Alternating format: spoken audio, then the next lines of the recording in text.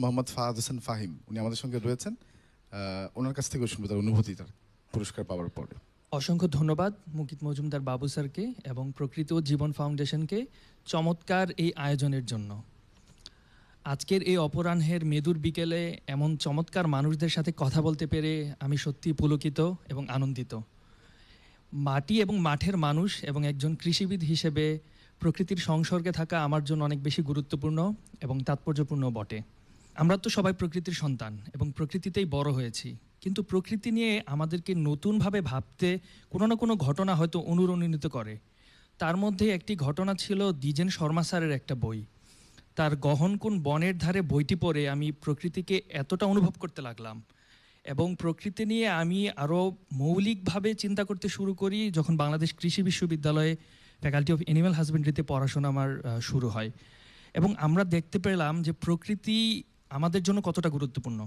বিশেষত আমরা বর্তমানে জলবায়ু পরিবর্তন, বৈশ্বিক উষ্ণতা, এল নিনো, লা নিনা সহ বিভিন্ন রকমের দুর্বিষহ অবস্থার মধ্য দিয়ে যাচ্ছি এবং তার ফলে আমাদের প্রকৃতি বিশেষত কৃষির কতটা ক্ষতি হচ্ছে এবং কিভাবে আমরা প্রকৃতিকে সংরক্ষণ করে খাদ্য পুষ্টি নিরাপত্তা নিশ্চিত করতে পারি সেটা সম্পর্কে যখন অবগত হলাম তখন প্রকৃতি নিয়ে আরও আন্তরিকভাবে কাজ করতে উদ্যত হলাম এবং দেখলাম বিশেষত এই প্রোগ্রামটা বিশেষ করে প্রকৃতি নিয়ে আমার লেখার যে সুযোগ এবং প্রকৃতি নিয়ে মৌলিকভাবে চিন্তা করার সুযোগ, এইটা খুব অপ্রতিম ছিল আমার জন্য।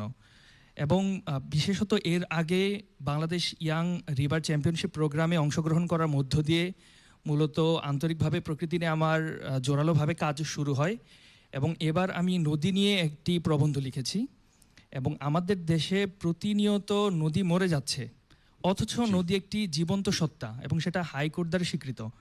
এভাবে আমাদের প্রকৃতি এবং পরিবেশের অনেক গুরুত্বপূর্ণ উপাদান হারিয়ে যাচ্ছে, জীব বৈচিত্র্য আমরা হারিয়ে ফেলছি।